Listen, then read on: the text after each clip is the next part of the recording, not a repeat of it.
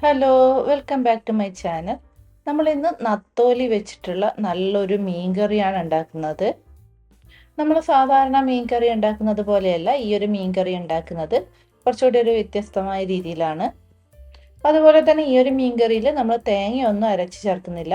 അപ്പോൾ തേങ്ങയൊന്നും അരച്ച് ചേർക്കാതെയുള്ള കൊഴുപ്പോട് കൂടിയ മീൻകറിയാണ് നമ്മൾ ഉണ്ടാക്കുന്നത്.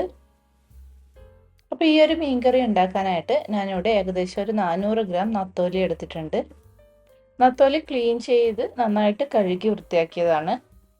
ഇനി ഞാനിവിടെ എടുത്തിരിക്കുന്നത് ഒരു ചെറിയ കഷ്ണം ഇഞ്ചി ഇതുപോലെ ചെറുതായി അരിഞ്ഞതും ഏകദേശം ഒരു 10 ചെറിയുള്ളി ഇതുപോലെ തൊലിയൊക്കെ കളഞ്ഞ് രണ്ടായിട്ട് അരിഞ്ഞെടുത്തിട്ടുണ്ട്. കൂടെ തന്നെ ഏകദേശം ഒരു 4 വെളുത്തുള്ളി അല്ലിയും എടുത്തിട്ടുണ്ട്. അപ്പോൾ ആദ്യം തന്നെ നമുക്ക് ഈ എടുത്തു വെച്ചിരിക്കുന്ന ചെറിയ ഉള്ളിയും ഇഞ്ചിയും വെളുത്തുള്ളിയൊക്കെ ഒന്ന് വാട്ടിയെടുക്കണം. അപ്പോൾ അതിനായിട്ട് ഇതുപോലൊരു പാത്രം അടുപ്പത്ത് വെച്ച് ചൂടാക്കുമ്പോൾ അതിലേക്ക് 1 ടേബിൾ സ്പൂൺ വെളിച്ചെണ്ണ ഒഴിച്ചു കൊടുത്തിട്ടുണ്ട്. എണ്ണ ചൂടാക്കുമ്പോൾ അതിലേക്ക് നമ്മൾ എടുത്തു വെച്ചിരിക്കുന്ന ഇഞ്ചിയും വെളുത്തുള്ളിയും ചെറിയ ഉള്ളിയും ചേർത്ത് കൊടുക്കുക. ഇനി ഇതിൻ്റെ പച്ചക്കുത്തലൊക്കെ മാറുന്നത് വരെ ഒന്ന് വഴറ്റിയെടുക്കണം.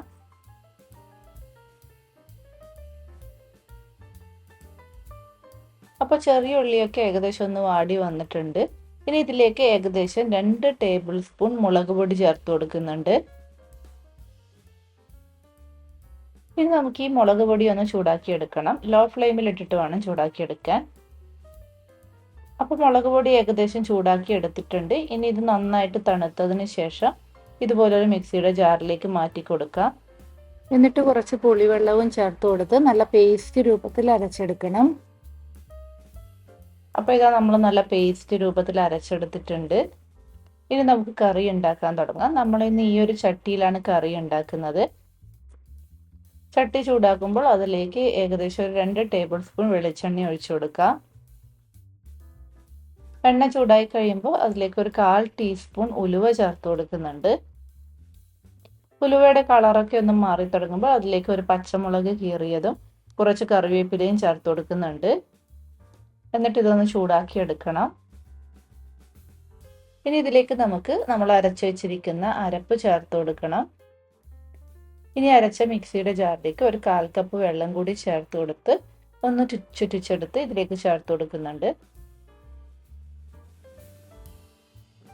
ഇനി ഇതിലേക്ക് ഒരു 1/4 ടീസ്പൂൺ മഞ്ഞൾപ്പൊടിയും ആവശ്യത്തിനുള്ള ഉപ്പും ചേർത്ത് കൊടുക്കണം.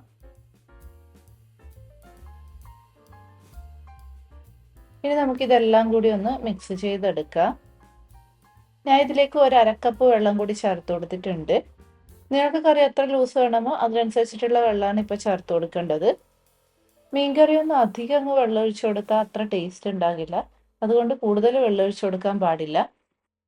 ഇനി ഇത് അടച്ചു വെച്ച് നന്നായിട്ടൊന്ന് തിളപ്പിച്ചെടുക്കണം. അപ്പോൾ ഇത് അരപ്പൊക്കെ നന്നായിട്ട് തിളച്ചിട്ടുണ്ട്. ഇനി ഇതിലേക്ക് നമ്മൾ കഴുകി വൃത്തിയാക്കി വെച്ചിരിക്കുന്ന മീൻ ചേർത്ത് കൊടുക്കാം. ഞാൻ എപ്പോഴും പറയാറുള്ളത് പോലെ മീൻ ചേർത്ത് കൊടുത്തതിന് ശേഷം ഇളക്കിക്കൊണ്ടിരിക്കാൻ പാടില്ല. പ്രത്യേകിച്ച് നത്തോലിയൊക്കെ ആകുമ്പോൾ പെട്ടെന്ന് അങ്ങ് ഉടഞ്ഞു പോകും. ഇനി അടച്ചു വെച്ച് ഈ മീൻ നമുക്കൊന്ന് വേവിച്ചെടുക്കണം. അപ്പോൾ ഇത് ഏകദേശം ഒരു 10 മിനിറ്റ് കഴിഞ്ഞു. മീനൊക്കെ നന്നായിട്ട് വെന്തിട്ടുണ്ട്. അതുപോലെ തന്നെ കറിയും നന്നായിട്ടൊന്ന് വറ്റിയിട്ടുണ്ട്. ഇനി ഇതിലേക്ക് അവസാനമായിട്ട് നമുക്ക് 1 ടേബിൾ സ്പൂൺ വെളിച്ചെണ്ണ കൂടി ചേർത്ത് കൊടുക്കാം. അപ്പോൾ ഇത് നല്ല കൊഴുപ്പോട് കൂടിയ നത്തോലി കറി ഇവിടെ റെഡി ആയിട്ടുണ്ട്.